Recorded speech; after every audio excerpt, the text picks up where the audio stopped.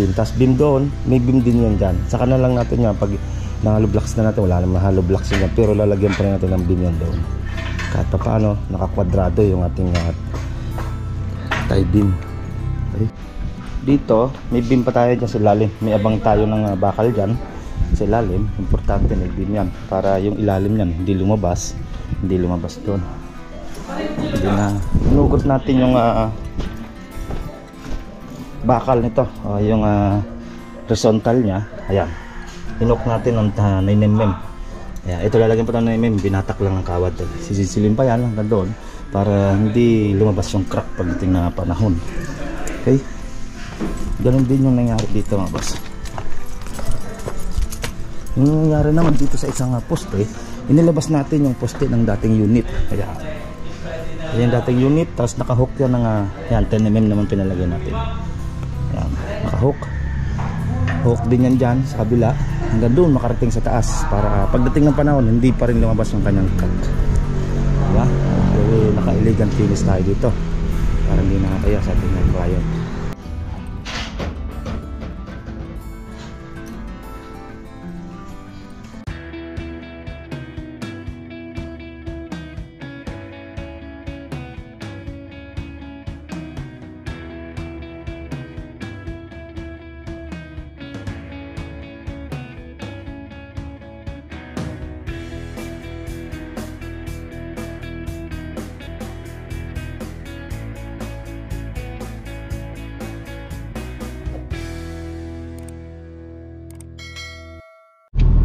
Kaya mga boss, at good morning. Ayan, at update na ulit tayo ng ating mga bawat project. Pero dito tayo muna mag-update sa ating project sa Lima Brosa, Block 25. Ayan, ating elegant finish doon sa kitchen. Ayan, update na ulit natin. And then yan ang ating finish ng project dito sa front ng ating gate. Okay, ito yung ating hollow blocks na pinalit natin. Yan ang gusto kong hollow blocks na matigas na white sand. Ayan. Okay. At samahan nyo ako at bisitahin natin ang ating project na kitchen na elegant finish. And then next update natin yung ibang ating Linnea at Jasmine. Ayan, then yung St. Joseph natin. Okay, tara, samahan nyo ako. Let's go. Ayan mga boss, ito na yung ating beam na gagawin. Yan, binuo na nila. Yan, kinakabit na. Yan. Tapos yan, bubusan na lang natin yan. Yan, nakabit na lang nila. Yan, beam. Tapos beam doon, may beam din yan dyan. Saka na lang natin yan, pag na-hollow blocks na natin, wala naman hollow blocks yan, pero lalagyan pa rin natin ng beam yan doon. Kahit pa paano, nakakwadrado yung ating tie beam. Okay. Yan. Tapos nyan, bubuhusan at sintada na tayo. Okay. Ayan, pagdating na yung ating deliver ng materials, yung ating hollow blocks, papalitan yan mga boss. Yung white sand lang ginamit natin dyan, yung hollow blocks na nandyan, papalitan natin yan. Parating na ngayon, yun yung ibang materials na kulang, dadarating na. Okay. Ayan mga boss, at nakapag-sintada na tayo. Nabuhusan na yung ating ng ating beam sa ilalim, paikot. And then yung kaperasong poste, pinabuhusan na rin natin para may pantay natin yung lupa. Kinuha lang natin yung level yan sa flooring ng unit na yan. Ayan, yun yung finish natin flooring na gagawin dyan. Kaya malaki pang tatambakin natin mga boss. Nawala na yung lupa na mataas. Kumbaga pinantay na. Laki pa, tatambakan natin lupa. Yan, nakapag-asintada na tayo. Dito, sliding. Parehas din naman nun, pero iba yung design ng sliding na gagawin natin. At yan, mayroon tayong asintada dito. Mga 6 na patong ng hollow blocks. Then sa taas may bintana. Okay. Yan. Bukasan na natin mga beam. Yan, 3 patong tayong hollow blocks bago may beam pa tayo sa ilalim. Kaya malalim. Naglalaro siya ng 60, 80, mga 85 cm ng ating pinagpatungan nating hollow blocks. Okay, may isang patong Isang diretsong patong pa yan. Yung gagawin natin dyan. Siyempre, diretsong patong pa yan mga boss. Then pagdating dito, meron tayong isa pang hollow blocks. Bago yan, header na natin.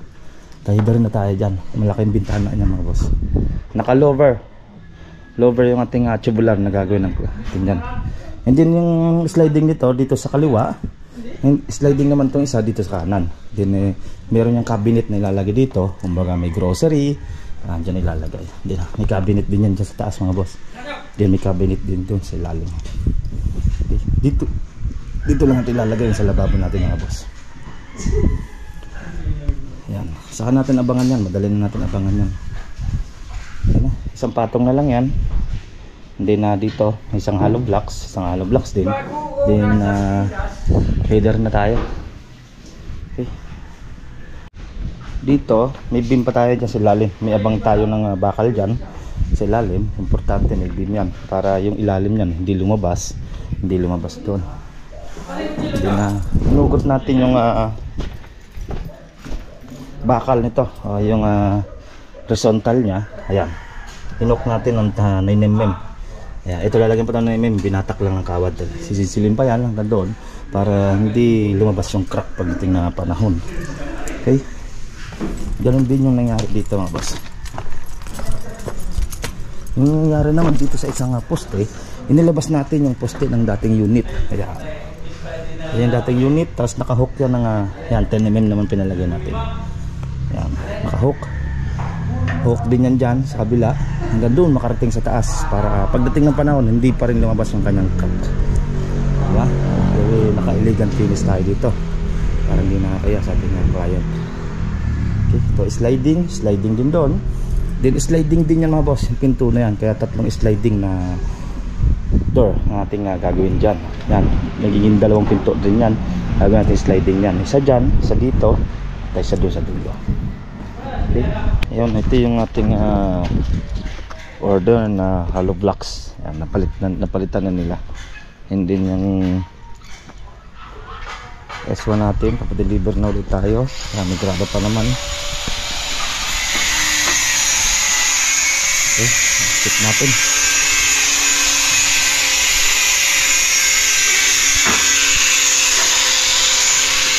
Dito, yan. Mag-header na tayo mga boss. May header na tayo. Yan. And then dito, may header na rin tayo dito. Kabitan na rin natin yung header yan. Eto bago mo ito kabitan ng header, buhusan mo na muna yan. Oo. Doon sa tatapatan ng header mo. Para may papatungan ka. Oo. O yung isang yan. Yan, taas na mga boss oh. Meron pa tayong beam dyan sa taas. Meron pa tayong biga dyan nilalagay. Taas na, tama. Naka-standard height tayo ng ating kitchen. Dahil ang flooring natin mataas. Yan ang finish natin flooring. Kaya tatambak pa tayo ng lupa diyan. Okay. Yan, mataas na. At ito, kailangan mabuhusan na rin to. At buhusan na natin to para hindi gumalaw yung kanyang wall. Pag nabuhusan natin to, matigas na. Okay. And then pabubuhusan din natin to isang poste para mabuo na rin yung kanyang header dyan. Malit na bintana. Ayan, nababakbakin pa naman natin yan pag finish natin. Malit na siyang bintana natira. Okay. Ito yung sa likod. Medyo maliit na siya dito mga boss. Kasi hindi pantay yung eskwala ng lote sa lupa. Medyo malapad doon. Dito medyo maliit na. Pero alam ko mga 80 na lang to dito. Dito medyo malaki-laki. 1 meter pa ito. Ilan? Saan galing? Sige daw. Sige daw. Ay de, meter mga de pag ganun. Sa ibabaw. Hanggang dito sa may ito pa, hollow block. Okay. Isa. Yan. Oh, yan. Ibabaw mong yan. 262. 262? 262? O, tama nga, bibiga ka pa dyan. Sa ibabaw nyan. Ibiga ka pa, di na yan, patrasis na tayo. Tama-tama. Yan natin trasis. Then ito, may nilipat lang natin yung sliding. Yung sliding yan nandun sa kabila. Then sliding naman dito sa kabila. Masama naman kung magkatapatan sila. Dahil meron naman tayo ditong ilalagay na lababo. Yan, halagyan natin ng lababo yan dyan. Then dito yung stakan o may cabinet tayo lalagay. Stakan nila ng mga grocery. Okay. Yan, maganda ang ating mapipinis dito. Buhusan natin ng biga sa ibabaw. Milalagyan tayo ng beam. Paikot na yung beam natin mga boss. Lalagyan natin yan dyan para yung pag-uupuan ng ating trusses. Dahil mabigat yung ating roofing mga boss. Dahil nakatigulat tayo ang ating roofing na gagamitin dito. Okay. Yan. Ito naman, babawasan pa natin yung hollow blocks na yan. Hindi pa naman yan totaling final. Ang pa-final natin dyan pag nag-plastering na tayo. Kaya babawasan pa natin para mismong lumaki yung kanyang bintana. Okay. Yan ang ating yan ang bubuhusan na yun. Ito pwede ng buhusan. Ito itong isang dito. Pwede na rin itong buhusan. Nahugot na natin yung ibang bakal dyan. Yan, lumabas na. I-hook na lang naman yan dyan. Okay. Matibay. Malaki pa ang tambak natin dito mga boss. Yan, taas po. Yan, taas pa yan. Taas pa ng tambak natin ng lupa. Yung tama lang space natin.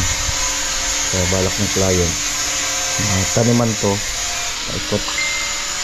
Yan, yung ano niya, sa ulan, hindi na natin idadaan yan dyan. Pinutol na natin. Dahil magkakaroon ng drainage yan dito. Dire-diretso hanggang doon sa may gate. Nalagyan natin yan doon. Yan, doon natin itatakbo yan. Dahil yung CR na yan, babaguhin yung CR na yan. Babakbakin yan. Okay. Yan mga boss, yan ang ating update dito sa Block 25 ng Limabrosa, San Antonio, Santo Tomas sa Batangas. Next update ko naman kayo sa ibang ating project. Yan, at nakapag taas na tayo ng CHB laying. Ayan, taas na natin hollow blocks. Ubusan na lang yung poste natin at yung mga beam, gagawin na lang yung mga beam. Okay, yan at ang ating update.